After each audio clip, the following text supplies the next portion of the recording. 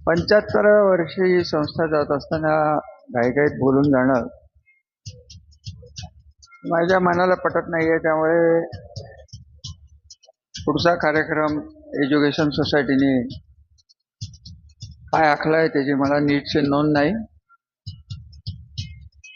संयोजकांना माझी विनंती राहील की मला अशा कार्यक्रमाला बोलवा, त्याला मी आवर्जून येणार आहे. तिथं मला शिक्षकांच्या पेक्षा मुलांच्याशी जास्त संवाद या शब्दाला अर्थ आहे.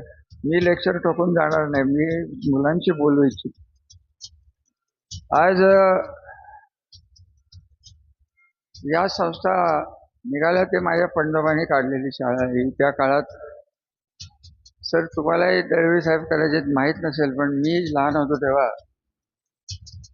वाफा नावाची एक व्हर्नॅक्युलर फायनल म्हणजे 7वी पास आत्ताची सध्या, आणि SSC ची लिमिट, SSC झाला की खूप शिकला मुलगा, अशी परिस्थिती ग्रामीण भागात मी बघितलेली आहे.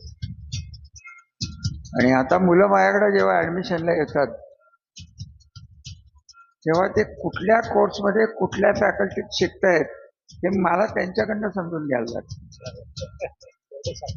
काय डोक्याच्या पुढचा विषय झालेला. मी स्वतः 3 डिग्र्या घेतल्या आहेत. आमच्या वेळेला अगदी पोस्ट ग्रॅज्युएट LLM ला 2च ऑप्शन असायचे. आता किती ऑप्शन आहेत, काय चाललंय काय कळायला मार्ग नाही. आणि मला तुम्हाला भेटायचं आहे, विद्यार्थ्यांना भेटायचं आहे हे एकाच गोष्टीसाठी की हे सगळं चाललेलं आहे, झालेलं आहे आणि वाढलेलं आहे आणि आपल्याला अजून वाढवायचं आहे. त्यात तुम्ही ही जाणीव ठेवायला पाहिजे की हे तुमच्यासाठी घडलेलं आहे. आणि हे सगळं घडवायचं असलं तर आज समोर शिक्षक, प्रशिक्षक आणि इतर संबंध स्टाफ बसलेला आहे. तुमच्या मदतीशिवाय हे होणार नाही.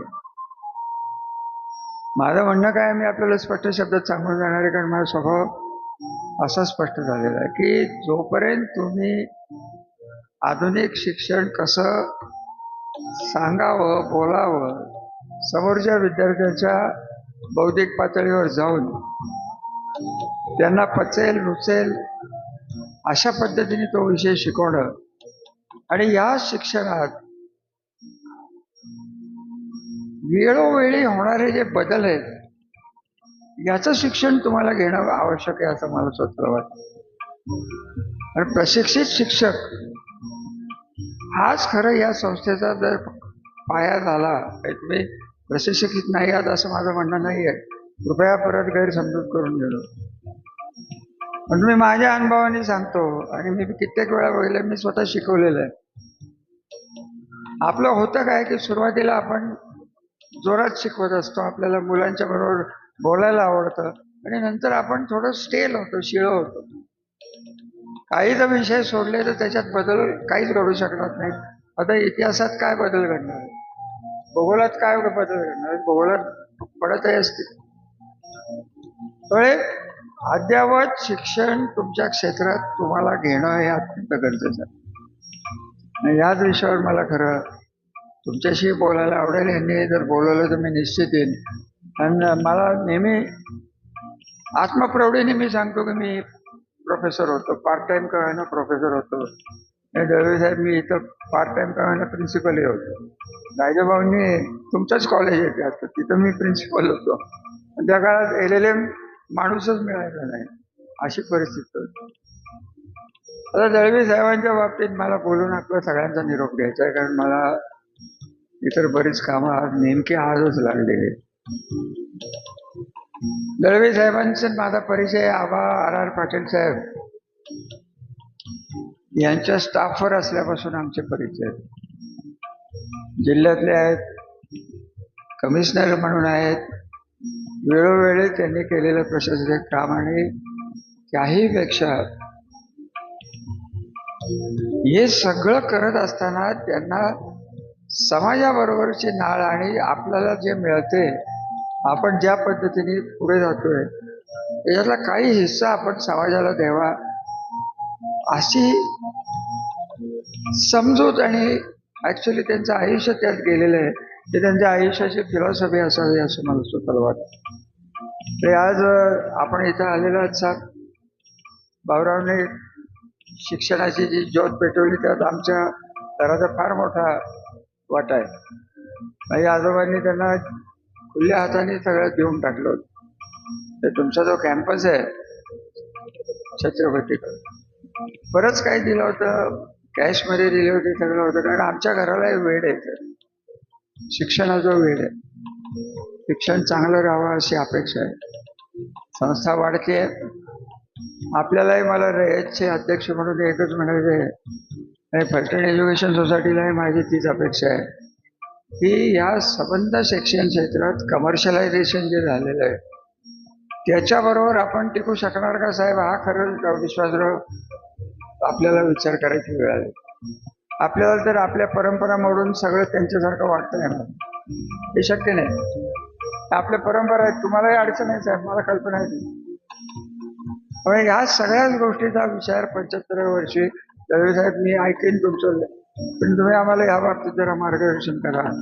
आपण मला वाटतं प्रायव्हेट युनिव्हर्सिटी केली आहे, आता तिथे इंडिपेंडंट जे काही केलंय ते फलटण एज्युकेशन सोसायटीच्या सगळ्यांना सांगा. संजीव रायांशी एकदा बोलून द्या, आम्हालाही तेच करायचे वाटते. कारण आमच्याकडे असेच बऱ्यापैकी आहेत सर, त्याचा आपल्याला उपयोग करून घ्यायला लागणार आहे असं मला स्वतःला वाटतं. आता राजकारणात असल्यामुळे मी काही फारसे इकडे लक्ष देत नाही, परंतु सर माझं एक स्पष्ट म्हणणं आहे, तुम्ही रयतला याच्यावरच फोकस करावं लागणार आहे.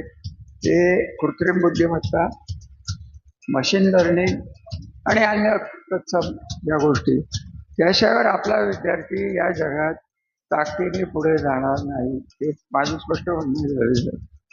आणि त्याच दृष्टीने आमच्या इंजिनिअरिंग कॉलेजमध्ये मी स्वतः अधनमधनं जातो, काय काय काय काय माझं चालू असतं.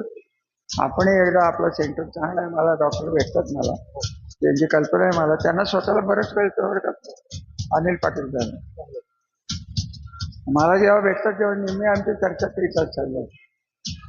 तेव्हा असा हा पाहुणा की ज्यांनी शिक्षणाचे नव्हे समाजाचे सर्व अंग बघितलेले आहेत, सत्ता काय असते प्रशासकीय पातळीतून बघितली आहेत, कामं केली आहेत, आणि त्याही पेक्षा हे करत असताना त्यांनी निडळगावचा जो विकास केलेला आहे, निडळगावचा विकास हे एक मॉडेल झालेलं आहे, ब्रँड झालेलं आहे.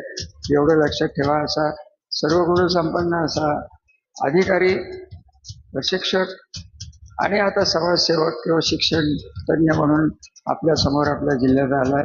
जिल्ह्यामधून आम्हाला तुमचं सर नेहमीच अभिमान वाटलेला आहे. या जिल्ह्याची काही थोडेफार लोक जी वर गेलेली आहेत आणि त्यांनी सातारा जिल्ह्याचं नाव राज्य पातळीवर नेले, त्या दळवी साहेबांचा प्रामुख्याने वाटा आहे. सर्वच जण तसे आहेत असं काही नाही. काही लोकांचे अनुभवही आम्हाला वाईटच येतात, मी तुम्हाला नंतर बोलून त्याविषयी. आता विषय असा आहे की एवढं सगळं तुम्ही बोलताय तर तुम्ही जाणार कसे, तर जायला तर लागतच आहे. शेवटी कोणाला तरी हे राजकारण उरकायला लागणारच आहे. तिथे अशी काही वेळ घेऊन ठेवलेली आहे की ती चुकवली तर पुढे 10 दिवस परत घेता येणार नाही. तेव्हा दळवी साहेब अध्यक्ष रयत म्हणून, माझे सहकारी म्हणून, वेळोवेळी आपण केलेल्या कामात मदत त्याची परतफेड म्हणून आपलं या तालुक्यात त्या संस्थेत मनापासून स्वागत. रयत शिक्षण संस्थेला आपण आज तोपर्यंत जी काही मदत जबाबदारी माझ्यावर टाकायची आहे, तर पवार साहेबांचं माझंही काही जमत नाही असं नाही, त्यांनीच मला ओढून आणलं, नाही तर मला काय फारसा त्याच्यात त्यांचे काय साहेब माझं सगळं राजकारण झालं पाण्यावर. आता कुठं शिक्षण आणि कुठं काय करतात, त्या अशा सगळ्या गोष्टी आहेत. शिक्षकांना माझं एकच म्हणणं आहे की शिक्षकांनी नोकरी म्हणून अवश्य करावी, परंतु कर्तव्य आहे या नोकरीबरोबर त्याची जाणीव ठेवावी. उगाच दिवसाचे तास शिकवून जाण्यात काही मतलब राहिलेला नाही. आपल्याला सगळ्यांना सांगू इच्छितो की आपल्या फलटण एज्युकेशन सोसायटीची खरी पुढे जाण्याची ताकद ही तुमचे विद्यार्थी बाहेरच्या जगात जाऊन कुठली पदं घेऊ शकतात, त्यांची क्षमता कशी आहे, त्यांचं संभाषण कौशल्य कसं आहे, त्यांचा आत्मविश्वास कसा आहे, या सगळ्याचा सारासार बुद्धी करून आपण विचार करून आपलं योगदान या फलटण एज्युकेशन सोसायटीला द्यावं, एवढंच आवाहन करतो. दळवी साहेब आपली इकडं जाण्याची परवानगी मागतो. ते आता येतो तिकडं आणि तुमच्या ऑफिसला एक अर्धा तास आपण बसू, सगळ्यांचे अनुभव शेअर करू. तुमच्या कारकिर्दीत माझी एकच इच्छा आहे की रयत शिक्षण संस्था ही ग्रामीण भागाचा भाऊरावांनी जी क्रांती ज्योत पेटवलेली आहे ही पुढे आधुनिक शिक्षणाकडे जावी एवढीच अपेक्षा व्यक्त करतो. आभार, धन्यवाद. जाण्याची परवानगी. धन्यवाद महाराज साहेब, आपल्या अध्यक्षीय मनोगताबद्दल आपले हार्दिक आभार. यानंतर